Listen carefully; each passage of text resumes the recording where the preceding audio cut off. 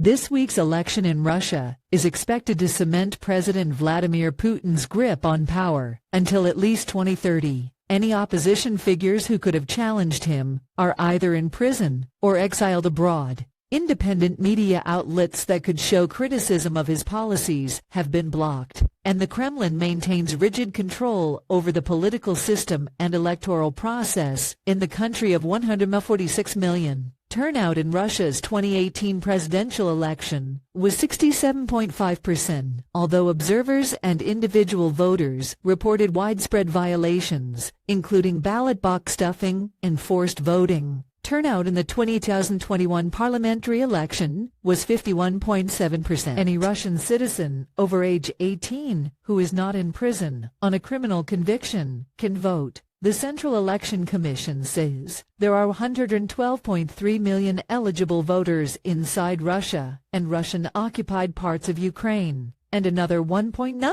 million eligible voters live abroad. Turnout in Russia's 2018 presidential election was 67.5%, although observers and individual voters reported widespread violations, including ballot box stuffing and forced voting. Turnout in the 2021 parliamentary election was 51.5%. Voting across the vast country will largely be carried out starting Friday and ending Sunday. It is the first time in a Russian presidential election that polls will be open for 3 days instead of one. Russia first used multiple-day voting in the 2020 referendum on constitutional reforms orchestrated by Putin to allow him to run for 2 more terms. It's also the first presidential election to use online voting. The option will be available in 27 Russian regions and Crimea, which Moscow illegally seized from Ukraine 10 years ago. The vote will also take place in Donetsk,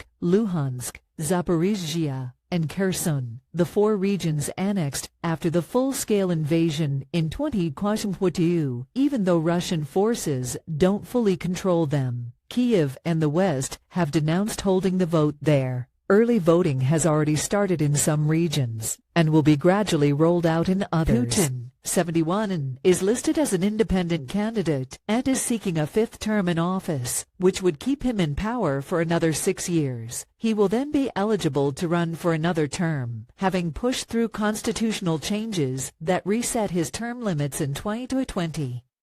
First elected in 2000, he is now the longest-serving Kremlin leader since Soviet dictator Joseph Stalin. Others on the ballot were nominated by Kremlin-friendly parties represented in parliament: Nikolai Kharitonov of the Communist Party, Leonid Slutsky of the Nationalist Liberal Democratic Party, and Vladislav Devankov of the New People Party. Kharitonov ran against Putin in 2004, finishing a distant second. They broadly support Kremlin policies, including the war in Ukraine. Previous elections have shown such candidates are unlikely to get enough votes to mount a challenge to Putin.